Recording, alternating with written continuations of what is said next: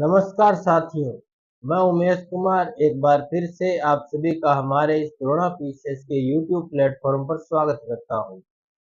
मैं आशा करता हूं आप सब ठीक होंगे, अच्छी तरह से तैयारी कर रहे होंगे। तो हमारा सेशन चल रहा था राजस्थान भूगोल के बारे में। हम राजस्थान भूगोल के बारे में डिटेल से चर्चा कर रहे थे, जिसमें हमने चर्चा शुरू की थी राजस्थान के भौगोलिक वर्गीकरण के बारे में। पिछली क्लास में हमने देखा राजस्थान के भौगोलिक वर्गीकरण में हमने पश्चिमी मरुस्थलीय प्रदेश को दो भागों में बांटा। यदि आपने वो वीडियो नहीं देखी है तो आप हमारे YouTube प्लेटफॉर्म पर जाकर वो वीडियो देख सकते हैं। प्लेलिस्ट में आपको वो वीडियो मिल जाएगी। हम बात कर रहे थे पश्चिमी मरुस्थल को हमने कितने भागों में बांटा, तो दो भागों में बांटा था, एक शुष्क प्रदेश और दूसरा अर्ध शुष्क प्रदेश। शुष्क प्रदेश को हमने दो भागों में बांटा था, बालू का स्तूप युक्त प्रदेश और बालू का स्तूप मुक्त प्रदेश। और अर्ध शुष्क प्रदेश को हमने चार भागों में बांटा, जिसके बारे में हम डिटेल से चर्चा कर रहे थे। तो हमारा टॉपिक चल रहा था अर्ध शुष्क प्रदेश। अर्ध शुष्क प्रदेश, अर्ध शुष्क प्रदेश को हमने कितने भागों में बांटा, तो आपने बताया कि हमने कितने भागों में बांटा, चार भागों में बांट दिया। वहां की भौगोलिक विशेषताओं के आधार पर हमने अर्ध शुष्क प्रदेश को भी कितने भागों में बांट दिया, चार भागों में। एक हमने बांटा घग्गर प्रदेश के रूप में, घग्गर प्रदेश के रूप में। दूसरा हमने बांटा शेखावाटी प्रदेश के रूप में, शेखावाटी प्रदेश या कांतली बेसिन के रूप में। तीसरा हमने बांटा नागौरी उच्च भूमि के रूप में, नागौरी उच्च भूमि के नाम से हमने बांटा। और चौथा किस नाम से बांटा था, तो लूणी बेसिन के नाम से, लूणी बेसिन के नाम से, या इसे हमने क्या नाम दिया था, गोडवाड़ प्रदेश नाम दिया था, गोडवाड़ प्रदेश नाम दिया था। और यहाँ की जो बोली जाती है कौन सी है, तो यहाँ पे गोडवाड़ी जो बोली है वो बोली जाती है। इस प्रकार से हमने राजस्थान के इस अर्ध शुष्क प्रदेश को चार भागों में बांट दिए। चार भागों में पढ़ने के बाद हमने पढ़ा घग्गर नदी के बारे में, घग्गर प्रदेश के बारे में पढ़ा, कौन सा क्षेत्र है, किस प्रकार से वहां की व्यवस्थाएं हैं, हमने वो सारा देखा था। उसके बाद हमने देखा शेखावाटी प्रदेश के बारे में, कौन कौन से जिले इसके अंदर शामिल है, यहाँ की क्या विशेषताएं हैं, कौन सी भौगोलिक विशेषताएं हैं, कौन सी सांस्कृतिक विशेषताएं हैं, और सभी के बारे में हमने यहाँ पे चर्चा की। नागौरी उच्च भूमि के बारे में भी बात की, यहाँ की भौगोलिक विशेषताओं के बारे में हमने बात की। आज हम बात करेंगे लूणी बेसिन के बारे में, लूणी नदी के बारे में देखेंगे थोड़ा, और कहाँ से इसका उद्गम होता है, किस प्रकार से ये आगे बहती है, क्या इसकी विशेषताएं हैं, किस प्रकार की यहाँ की कहानियां हैं, तो वो सारे आज इसके अंदर हम देखेंगे। तो पिछली क्लास में हमने देखा घग्गर नदी के बारे में, घग्गर प्रदेश के बारे में, शेखावाटी प्रदेश के बारे में, कांतली नदी के बारे में, नागौरी उच्च भूमि के बारे में भी हमने देखा। तो ये सारी वीडियो आपको प्लेलिस्ट में अपलोडेड मिलेगी। आप हमारे द्रोणा पीसेस के YouTube प्लेटफॉर्म पर जाकर वहां प्लेलिस्ट में देख सकते हैं ये वीडियो। उसके बाद आज हम शुरू करेंगे लूणी बेसिन के बारे में, गोडवाड़ प्रदेश के बारे में। तो हमारा टॉपिक आज का क्या रहेगा, लूणी बेसिन रहेगा, गोडवाड़ प्रदेश रहेगा। तो शुरू करते हैं आज के इस सेशन को गोडवाड़ प्रदेश के साथ, लूणी बेसिन के साथ। आज का सेशन हमारा शुरू होता है लूणी बेसिन के साथ, लूणी बेसिन के साथ। लूणी बेसिन, इसका उपनाम क्या है, उपनाम, इस प्रदेश का उपनाम है गोडवाड़ प्रदेश। गोडवाड़ प्रदेश इसका क्या है, उपनाम है। इसका उपनाम है, लूनी नदी का नाम नहीं है, लूनी बेसिन का नाम है। उपनाम क्या है? गोडवाड़ प्रदेश इसका उपनाम है। बात करते हैं लूनी बेसिन क्यों कहते हैं, क्योंकि इस प्रदेश की जो प्रमुख नदी है वो कौन सी नदी है? लूनी नदी है। आपको पता होगा लूनी नदी का जो उद्गम होता है वो कहां से होता है? तो नाग पहाड़ अजमेर से होता है, नाग पहाड़ अजमेर से होता है। नाग पहाड़ अजमेर से इसका क्या होता है? उद्गम होता है। ये एक पहाड़ियां हैं अजमेर में, इस नाम से विख्यात है, तो नाग पहाड़ के नाम से विख्यात है। यहाँ से थोड़ा सा हम जब आगे चलते हैं तो उसके बाद एक बड़ी झील आती है अजमेर की, जिसका नाम क्या है? अन्ना सागर। अन्ना सागर झील आती है। उसके बाद इस नदी का क्या हो जाता है? प्रॉपर उद्गम हो जाता है। इससे पहले एक नाला है जिसका नाम क्या है? सरस्वती नाला। अन्ना सागर तक इस नदी का नाम क्या रहता है?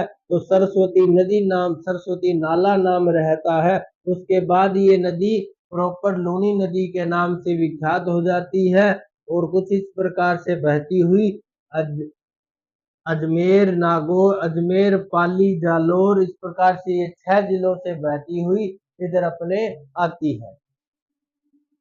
तो 6 जिले इसके अंदर शामिल है। 6 जिलों से बहती हुई ये नदी आगे आती है। 6 जिलों से बहती हुई ये आगे आती है। 6 जिले।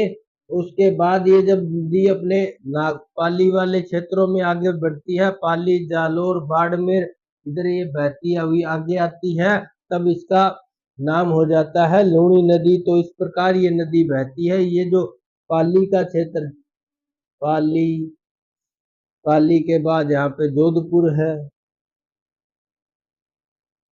पाली, जोधपुर, जोधपुर के बाद बाड़मेर में जाती है ये नदी। बाड़मेर के बाद ये जालोर में भी बहती है। इस प्रकार से ये नदी अजमेर, अजमेर के बाद नागौर, नागौर, पाली, जोधपुर, बाड़मेर और जालोर में ये नदी बहती हुई कहाँ पे चली जाती है? कच्छ के रण में चली जाती है।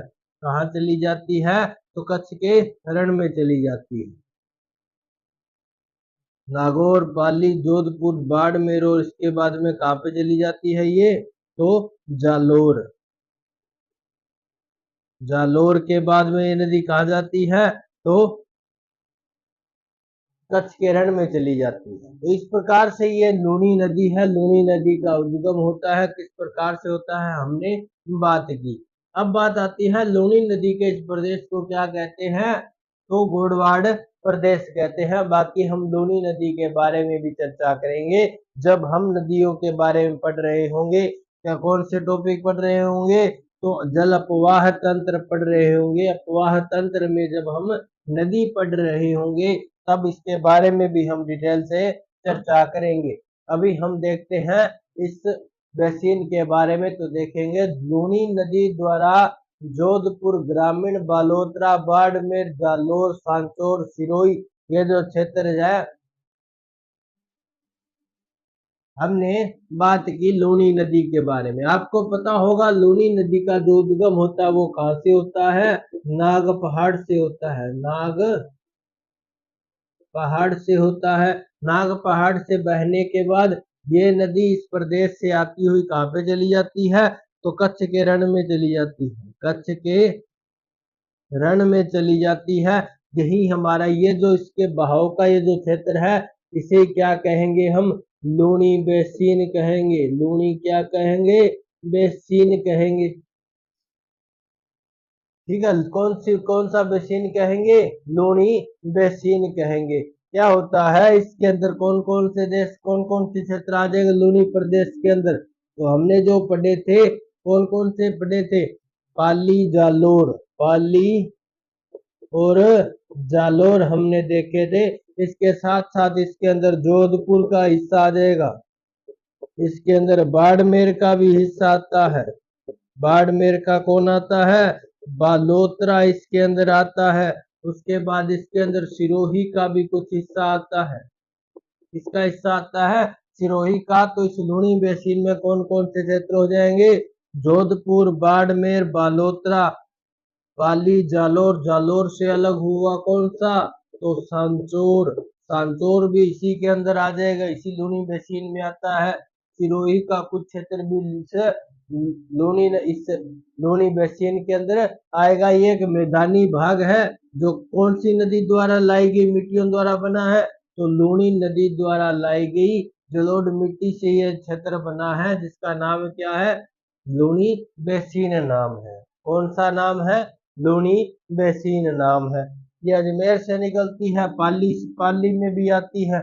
पाली, जालोर, सिरोही या ब्यावर में भी कुछ क्षेत्र में बहती है ये नदी।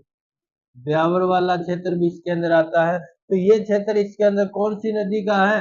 तो लूणी बेसिन का है। हमने इसके बारे में भी बात कर ली है। कौन कौन से जिले आ जाएंगे? तो सांचौर, सिरोही, जालोर, पाली, जोधपुर, बाड़मेर और बालोतरा।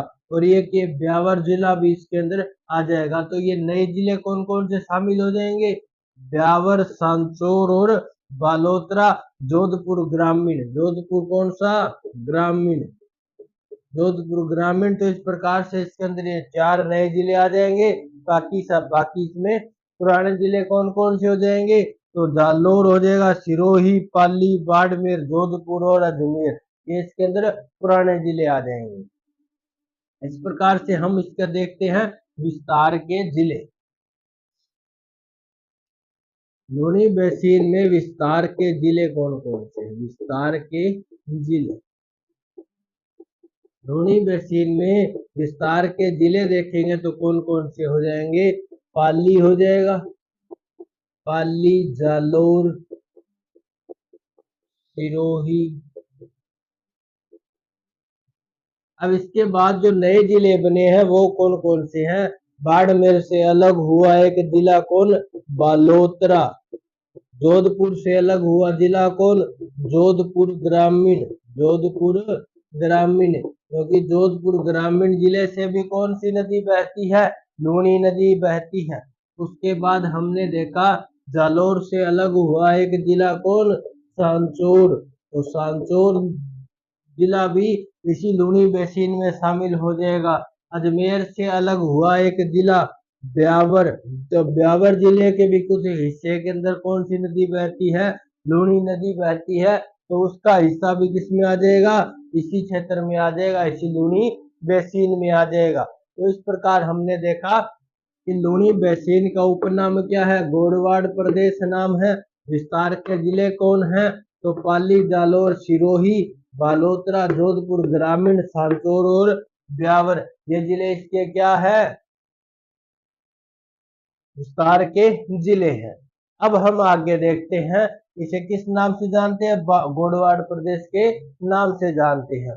अब देखते हैं इस प्रदेश की विशेषताएं क्या है। इस प्रदेश की विशेषताएं देखते हैं। इस प्रदेश में बाड़मेर में कुछ पहाड़ियां पाई जाती हैं। वो तो हमने देखा था कि इस रेगिस्तान के इस क्षेत्र के अंदर सिर्फ और सिर्फ बालू का रेत ही नहीं है, उसके साथ क्या है? चट्टानी क्षेत्र भी है। चट्टानी क्षेत्र भी है और कुछ छोटी पहाड़ियां भी है। तो उसी क्रम में हम देखेंगे इस प्रदेश में भी कुछ छोटी पहाड़ियां हैं जिन्हें किस नाम से जानते हैं? छप्पन की पहाड़ियां। इसे ना किस नाम से जानते हैं? छप्पन की पहाड़ियां। और छप्पन का मैदान कहाँ पे है? तो छप्पन का मैदान है बांसवाड़ा और डूंगरपुर के बीच में। कहाँ पे? बांसवाड़ा और प्रतापगढ़ के क्षेत्र में कौन सा मैदान है? तो छप्पन का मैदान है। छप्पन की पहाड़ियां यदि पूछी जाए तो कहाँ पे है? तो ये बाड़मेर में। बाड़मेर में छप्पन की पहाड़ियां हैं। छप्पन का मैदान बांसवाड़ा प्रतापगढ़ के बीच माही नदी के क्षेत्र में जो 56 छोटे गांव या छोटे नदी नालों का जो समूह है उसे क्या कहते हैं? छप्पन का मैदान कहते हैं। बाड़मेर में स्थित 56 छोटी मोटी पहाड़ियों वाला जो क्षेत्र है उसे छप्पन की पहाड़ियां कहते हैं। हम देखते हैं कहां से कहां तक है। तो हम देखेंगे बाड़मेर में एक गांव है, गांव का नाम है मोकलसर। मोकलसर, मोकलसर से लेकर के सिवाना बाड़मेर तक, सिवाना बाड़मेर तक क्या है, कुछ पहाड़ियां हैं, कुछ गोलाकार पहाड़ियां हैं जिनका क्या नाम है, तो जिनका नाम है, हमने देखा जिनका नाम क्या है, 56 पहाड़ियां हैं, क्योंकि ये 56 गुबंदाकार छोटी छोटी क्या है, पहाड़ियां हैं। पहाड़ियां है, कितनी पहाड़ियां हैं, 56 पहाड़ियां हैं। तो इन्हीं 56 पहाड़ियों को क्या कहेंगे, 56 की पहाड़ियां कहेंगे। ये सारी एक ही लाइन में नहीं है, एक ही लाइन में नहीं है, बिखरी हुई पहाड़ियां हैं। टोटल कितनी पहाड़ियां, लगभग 56 पहाड़ियां हैं। कहां से लेकर के, मोकलसर से कहां तक जाती है, सिवाना तक जाती है। कहां तक जाती है, सिवाना तक। वर्तमान में देखे कौन से जिले में आता है मोकलसर और सिवाना, तो ये जिले कौन सा है, बालोतरा जिला है। ये 56 की पहाड़ियां पहले कौन से जिले में हुआ करती थी, बाड़मेर जिले में हुआ करती थी। वर्तमान में कौन से जिले में है, तो बालोतरा जिले में है। कौन से जिले में है, बालोतरा में है वर्तमान में। पहले कौन से जिले में थी, तो बाड़मेर में। हम पढ़ते थे कि 56 की पहाड़ियां बालोतरा बाड़मेर में है, तो बालोतरा नया जिला बन चुका है। तो बालोतरा का ये 56 की पहाड़ियां कौन से जिले में हो जाएगी, बालोतरा जिले में हो जाएगी। ये इस प्रकार से ये कुछ क्या है, पहाड़ियां हैं। इधर मोकलसर के पास एक यहाँ पे पर्वत है जिसका नाम है नाकोड़ा। क्या नाम है, नाकोड़ा नाम है। ये जो नाकोड़ा है ये एक जैन तीर्थ स्थल है, जैन तीर्थ स्थल है। नाकोड़ा क्या है, एक जैन तीर्थ स्थल है। जैन तीर्थ स्थल है जो किसको समर्पित है, पार्श्वनाथ को, पार्श्वनाथ को समर्पित है।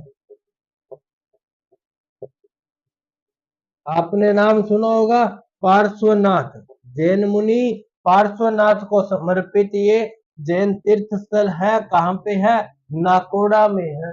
कहाँ पे है, नाकोड़ा में है। उसके बाद ये सिवाना, ये नाकोड़ा को और किस नाम से जानते हैं, तो आपको पता होगा नाकोड़ा को राजस्थान का मेवानगर भी कहते हैं। राजस्थान का मेवानगर भी कहते हैं। किसे कहते हैं, नाकोड़ा को किस नाम से जानते हैं, राजस्थान का मेवानगर भी इसे कहते हैं। उसके बाद सिवाना के पास में यहाँ कुछ पहाड़ियां हैं। पहाड़ियों के ऊपर एक शिव जी का मंदिर बना हुआ है। किसका मंदिर बना हुआ है, शिव जी का मंदिर बना हुआ है। इस प्रकार से एक बड़ा सुंदर सा मंदिर बना हुआ है शिव जी का। किस नाम से जाना जाता है, ये जाना जाता है हलदेश्वर महादेव के नाम से। हलदेश्वर महादेव का यहाँ पे क्या है, तो बड़ा सुंदर मंदिर बना हुआ है। हलदेश्वर महादेव का यहाँ पे क्या बना हुआ है, सुंदर मंदिर बना हुआ है। कहाँ पे है, सिवाना बाड़मेर या सिवाना बालोतरा के पास में है। कौन सी पहाड़ियों पे है, तो 56 की पहाड़ियों पे ही ये मंदिर बना हुआ है। पूछ सकते हैं कि मोकलसर से लेकर ये जो सिवाना की जो पहाड़ियां हैं लगभग कितने किलोमीटर में फैली हुई है, लगभग कितने किलोमीटर में, तो बहुत ज्यादा क्षेत्र नहीं है इसका। कितना क्षेत्र है, चलिए लगभग 11 किलोमीटर के क्षेत्र में फैली हुई, 11 किलोमीटर लंबी क्षेत्र में ये फैली हुई है। पहाड़ियां हैं कुल कितनी है, 56 पहाड़ियां हैं। कहाँ पे है, मोकलसर से लेकर के और सिवाना बालोतरा तक। सिवाना बालोतरा तक, जो सिवाना पहले कहाँ हुआ करता था, तो बाड़मेर में हुआ करता था। वर्तमान में कहाँ है, बालोतरा में है। तो मोकलसर से सिवाना के बीच में 56 पहाड़ियां हैं। इसी लूनी बेसिन के अंदर पाई जाती है 56 की पहाड़ियां। इसमें एक जैन तीर्थ स्थल है नाकोड़ा, जो किसको समर्पित है, तो जैन मुनि पार्श्वनाथ को समर्पित है। उसके बाद में यहाँ पे एक शिव जी का बड़ा सुंदर मंदिर बना हुआ है, हल्देश्वर महादेव के नाम से ये मंदिर बना हुआ है। किस नाम से बना हुआ है? हल्देश्वर महादेव के नाम से मंदिर बना हुआ है। तो ये इसकी कहानी थी। नाकोड़ा को राजस्थान का मेवा नगर भी कहते हैं। सांचौर को क्या कहते हैं? राजस्थान का पंजाब भी कहते हैं। अब हम इसको थोड़ा सा लिख लेते हैं। ये 56 की पहाड़ियां क्या है, इनको थोड़ा लिख लेते हैं। तो 56 की पहाड़ियां, इनको लिखेंगे, क्या लिखेंगे कि बाड़मेर या बालोतरा, बाड़मेर या बालोतरा। यदि पुराना जिला पूछे तो कौन आएगा? बाड़मेर। नया जिला पूछे तो कौन आएगा? बालोतरा। बाड़मेर या बालोतरा की मोकलसर से सिवाना तक गुबंदाकार 56 पहाड़ियां स्थित है, जिन्हें 56 की पहाड़ियां कहते हैं।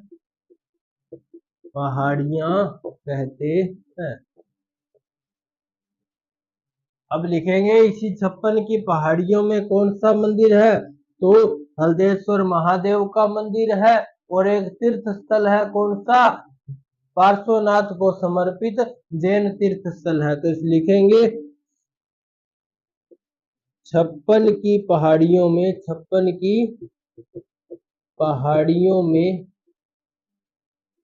जैन मुनि पार्श्वनाथ को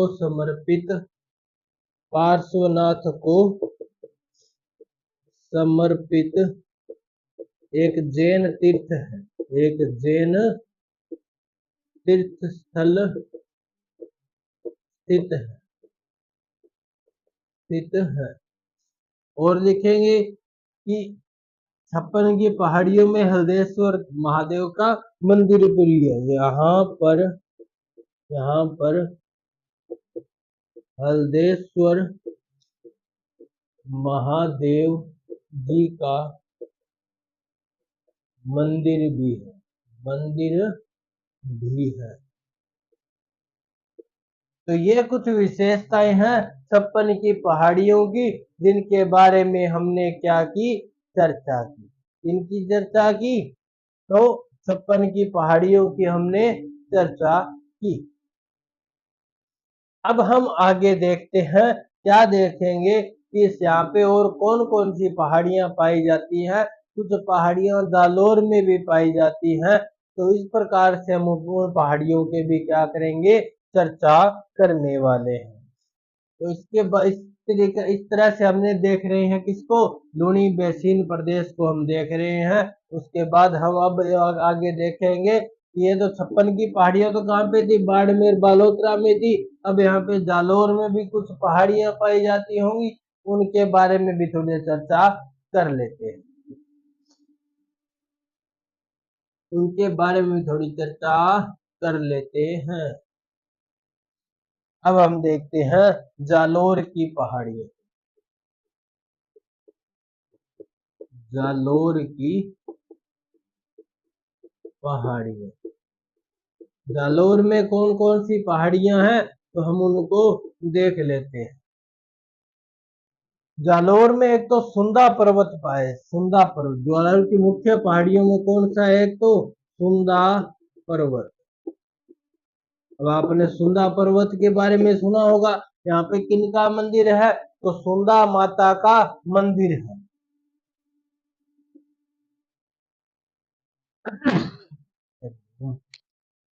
किसका मंदिर है? तो सुंदा माता का क्या है? मंदिर है। सुंदा माता का मंदिर है। सुंदा माता का क्या है? मंदिर है। यहाँ पे इस मंदिर पर पहुंचने के लिए एक रोपवे बनाया गया है। क्या बनाया गया है? एक रोपवे बनाया गया है, एक रज्जू मार्ग बनाया गया है। रज्जू मार्ग, या इसे क्या कहते हैं? रोपवे। एक रज्जू मार्ग या एक रोपवे बनाया गया है, जो राजस्थान का पहला रोपवे है।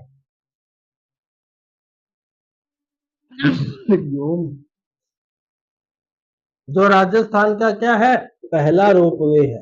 ये राजस्थान का प्रथम रोपवे है। प्रथम रोपवे है, जिसका निर्माण कब किया गया था? तो 2006 में इसे बनाया गया था। इसका निर्माण कब हुआ? तो 2006 में इसका निर्माण हुआ। सुंदा पर्वत पर है सुंदा माता का मंदिर। सुंदा माता के मंदिर पर जाने के लिए श्रद्धालुओं की सुविधा के लिए यहाँ पे एक रज्जू मार्ग बनाया गया है, एक रोपवे बनाया गया है। आपने देखा होगा, एक तार के सहारे एक कार सी जाती है। कार के सहारे क्या जाती है? एक कार सी जाती है, जिसे क्या कहते हैं? रोपवे कहते हैं। तो राजस्थान का ये प्रथम रोपवे यहाँ पे बनाया गया है। 2006 में इसका निर्माण किया गया। अब उसके बाद हम देखते हैं यहाँ पे और कौन कौन सी पहाड़ियां हैं। तो आपने एक नाम सुना होगा, इसराना भाकर। इसराना भाकर। एक नाम सुना होगा, रोजा भाकर।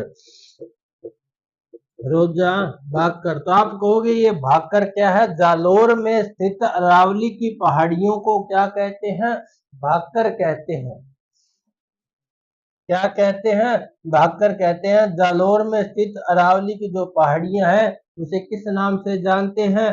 भाकर के नाम से जानते हैं। इसी प्रकार उदयपुर में अरावली की पहाड़ियों को मगरा के नाम से जानते हैं, हमने बात की थी। उसके बाद यहाँ पर एक पर्वत है, जिसका नाम है झारोला पर्वत।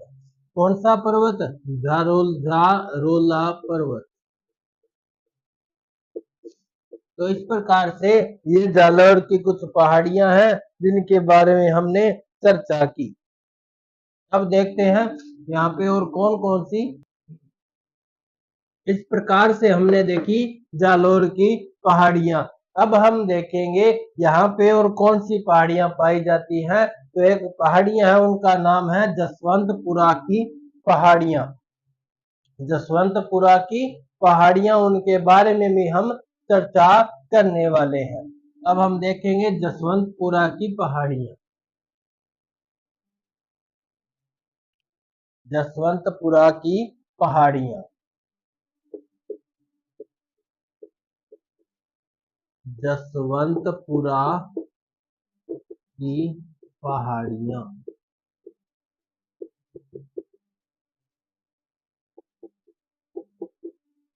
यह जो जसवंतपुरा की पहाड़ियां हैं, ये ग्रेनाइट से निर्मित पहाड़ियां हैं। किससे निर्मित पहाड़ियां हैं? ग्रेनाइट से निर्मित है। इन पहाड़ियों का निर्माण किनसे हुआ? तो ग्रेनाइट से। ग्रेनाइट से निर्मित पहाड़ी। ग्रेनाइट से निर्मित पहाड़ी कौन से जिले में पाई जाती है? तो ये पाई जाती है जालोर जिले में स्थित है। कौन से जिले में? जालोर जिले में स्थित। जालोर जिले में स्थित कौन सी गुबंदाकार पहाड़ियां हैं? गुबंदाकार पहाड़ियां। गुबंदाकार पहाड़ियां हैं, जो किनसे निर्मित है? ग्रेनाइट की पहाड़ियां जालोर में पाई जाती है, इसीलिए जालोर को ग्रेनाइट सिटी कहते हैं। जालोर को क्या कहते हैं? ग्रेनाइट सिटी भी कहते हैं। ग्रेनाइट सिटी भी कहते हैं। क्यों कहते हैं? क्योंकि जालोर में ग्रेनाइट की ये पहाड़ियां पाई जाती हैं, जहां से ग्रेनाइट प्राप्त किया जाता है। इसीलिए जालोर को किस नाम से जानते हैं? ग्रेनाइट सिटी के नाम से जानते हैं। अब देखते हैं ये जो पहाड़ियां स्थित कहाँ पे हैं। तो ये सुंदा माता मंदिर के पीछे स्थित है। सुंदा माता मंदिर के समीप स्थित है, के समीप सी स्थित है। समीप ही जो गुंबदाकार जो ग्रेनाइट की पहाड़ियां हैं वो क्या कहलाती हैं? तो जसवंतपुरा की पहाड़ियां कहलाती हैं। जसवंतपुरा की पहाड़ियां कहलाती हैं। ये जो देखने में एक बार से हमें दिखाई देती है जैसे रेत पड़ी है। हमें ये बालू का रेत की तरह दिखाई देती है, इसीलिए इसका नाम क्या रखते हैं? हम रखते हैं इंसेलबर्ग। क्या नाम रखते हैं? इंसेलबर्ग या द्वीपा भिगरी, क्योंकि ये जो बालू का रेत है, बालू का रेत के बीच में थोड़ी बहुत क्या है? पहाड़ियां हैं। बालू का रेत के बीच में है, इसके ऊपर बालू का मिट्टी की क्या होती है? परत चढ़ी होती है।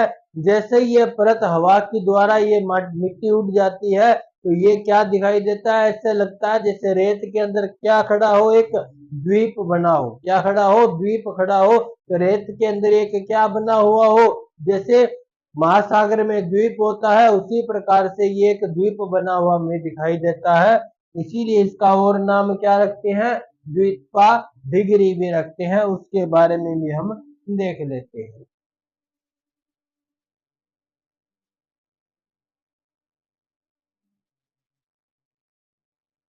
क्या होता है? इन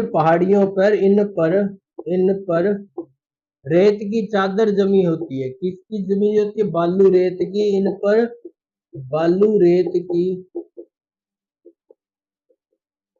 चादर जमी होती है।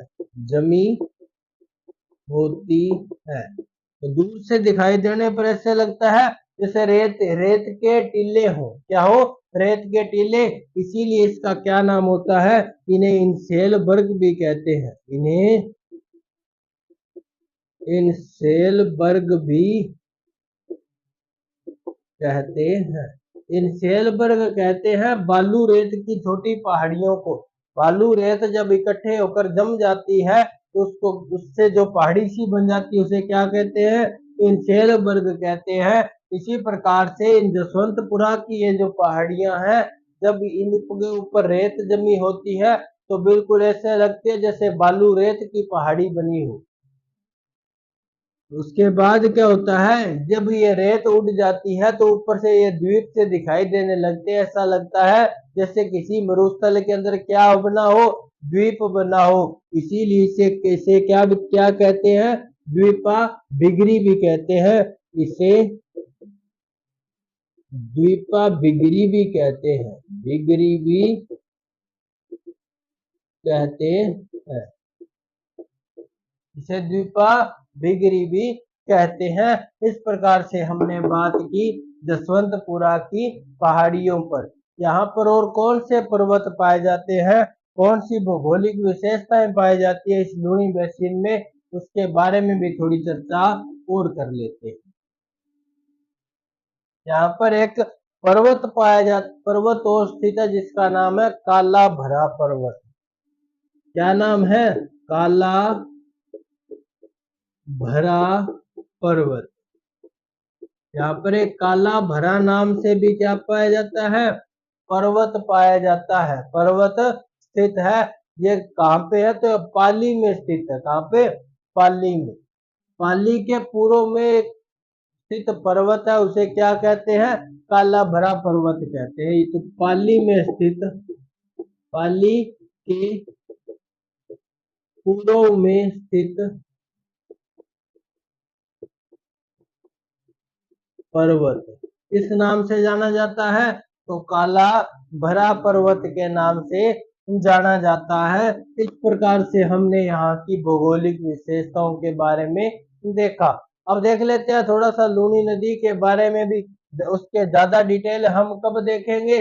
जब हम नदी अपवाह तंत्र पढ़ रहे होंगे। अब इसमें देखते हैं लूनी नदी का और उपनाम क्या है। देखते हैं लूनी नदी को और किस नाम से जानते हैं। तो लूनी नदी को आदि खारी और आदि मीठी नदी भी कहते हैं। क्या कहते हैं?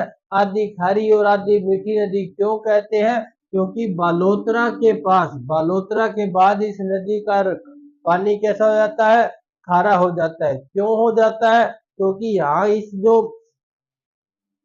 ये जो भू प्रदेश है, ये जो भौतिक प्रदेश है, यहाँ पे क्या है, 33 सागर के अवशेष है, जिसके कारण यहाँ की मृदा में क्या पाए जाते हैं, नमक पाया जाता है, फ्लोराइड पाया जाता है, जिसकी वजह से ये जो यहाँ का पानी कैसा हो जाता है, खारा हो जाता है। क्योंकि आसपास से जब नदियां, इसमें छोटी छोटी नदियां नालियां पानी लेके आती है, तो इस नदी में मिल जाती है, ये इसका पानी कैसा हो जाता है, खारा। इसीलिए लूनी नदी को आधी खारी और आधी मीठी नदी भी कहते हैं।